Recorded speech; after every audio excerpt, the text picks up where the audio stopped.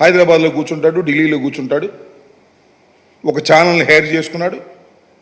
రోజు జగన్మోహన్ రెడ్డి గారిని తిట్టడం, దూషించటం, వైసీపీ నాయకులు దూషించటం.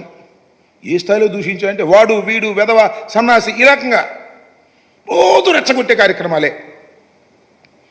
భయంకరంగా రెచ్చగొట్టే కార్యక్రమాలు, సంఘ విద్రోహ శక్తుల్ని రెచ్చగొట్టే ప్రయత్నాలు చూసిన తర్వాత అకార్డింగ్ టు లా, చట్ట ప్రకారం ఆయన మీద కేసు రిజిస్టర్ చేశారు.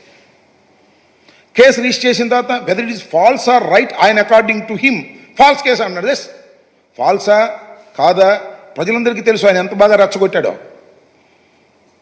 టీవీలో మాట్లాడుతూ, ఒక ఛానల్ లాగా పెట్టుకుని దానిలో రోజు ఈ టైంకి వస్తాడు, తిడతాడు.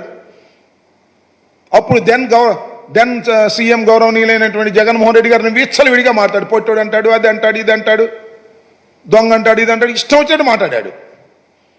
కేసు రిజిస్టర్ చేసిన తర్వాత అది ఫాల్సా జెన్యూనా that will be decided before the honourable court. చెయ్యాలంతే. ఆయన ఫాల్స్ అనుకుంటాడు, నా మీద కేసు పెడితే నేను ఫాల్స్ అనుకుంటా, ఆయన మీద కేసు పెడితే ఆయన ఫాల్స్ అనుకుంటాడు. ఆ కేసులో సిఐడి వెళ్ళి అరెస్ట్ చేసి తీసుకొచ్చి కోర్టులో ప్రొడ్యూస్ చేశారు. ఇది జరిగింది. అరెస్ట్ చేసిన తర్వాత ఎప్పుడు కోర్టులో ప్రొడ్యూస్ చేయాలి? Within 24 hours. వితిన్ 24 hours ఆయన ప్రొడ్యూస్ చేశారు.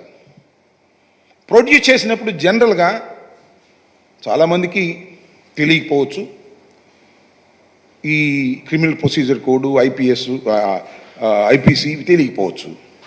ఎప్పుడైతే ఒక ముద్దాయిని ఏ కేసులో అయినా అరెస్ట్ చేసినప్పుడు 24 గంటల్లో అందుబాటులో ఉన్న కోర్టులో కానీ కన్సర్న్ కోర్టులో కానీ హాజరుపరచాలి. అది రాజ్యాంగం, క్రిమినల్ ప్రొసీజర్ కోడ్, దాని ప్రకారం హాజరుపరిచారు. హాజరుపరిచినప్పుడు జనరల్గా ఆ మ్యాజిస్ట్రేట్ ఒక మాట అడుగుతాడు ముద్దాయిని, ఏమండి పోలీసు వారు మిమ్మల్ని ఏమైనా ఇల్ ట్రీట్ చేశారా అని అడుగుతారు. అడిగినప్పుడు ఇల్ ట్రీట్ చేయలేదండి అని చెప్పొచ్చు. ఇల్ ట్రీట్ చేస్తే ఇల్ ట్రీట్ చేశారు అని చెప్పొచ్చు. ఇల్ ట్రీట్ చేశారంటే ఎమ్మటే కాగితం తీసుకుని మ్యాజిస్ట్రేట్ గారు రాస్తారు. ఏం ఇల్ ట్రీట్ చేశారు? మిమ్మల్ని కొట్టారా, తిట్టారా, ఏం చేశారు, హౌ ఏ రకంగా ఇల్ ట్రీట్ చేశారని చెప్తారు. నన్ను కొట్టారండి, నన్ను తిట్టారంటే దట్ ఈస్ డిఫరెంట్. నన్ను కొట్టారండి అంటే ఎమ్మటే నియరెస్ట్ హాస్పిటల్కి పంపిస్తారు, కొడితే గాయాలు ఉండాలి కదా అని. ఈ రాజుగారు కూడా నన్ను ఇల్ ట్రీట్ చేశారండి, నన్ను కొట్టారండి అని చెప్పారు.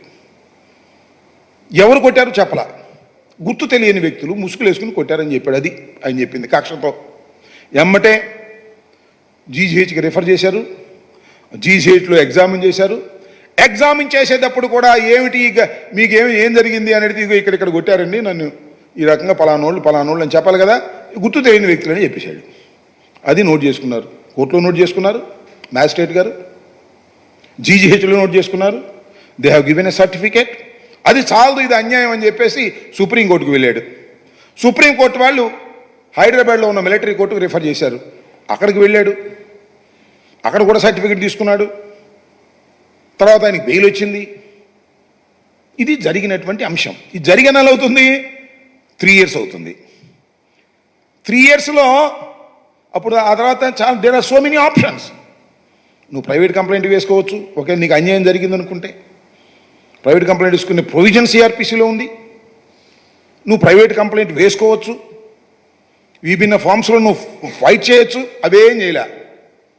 ఇప్పుడు దాకా కాముగా ఉన్నాడు. గవర్నమెంట్ వచ్చింది, జగన్మోహన్ రెడ్డి గారు ముఖ్యమంత్రిగా దిగిపోయారు, చంద్రబాబు నాయుడు గారు ముఖ్యమంత్రిగా అయ్యారు. మళ్ళా ఈయన ఉండి శాసనసభ్యుడిగా తెలుగుదేశం పార్టీని గెలిచాడు. కక్ష సాధింపు. ఏం చేయాలి ఇప్పుడు? జగన్మోహన్ రెడ్డి గారిని ఏదో ఒక విధంగా కేసులో ఇరికించి ఆయన మీద కక్ష సాధింపు చర్యలు చేయాలనేటువంటి ఉద్దేశంతో పోయిన మాసం 11వ తారీఖున పంపించాడు ఒక మెయిల్. ఇవాళ నేను చూశాను, ఆయన మళ్ళా మాట్లాడుతున్నాడు. నిన్న సుధాకర్ రెడ్డి గారు ఇక్కడే ప్రెస్ మీట్ పెట్టి చెప్పారు, 11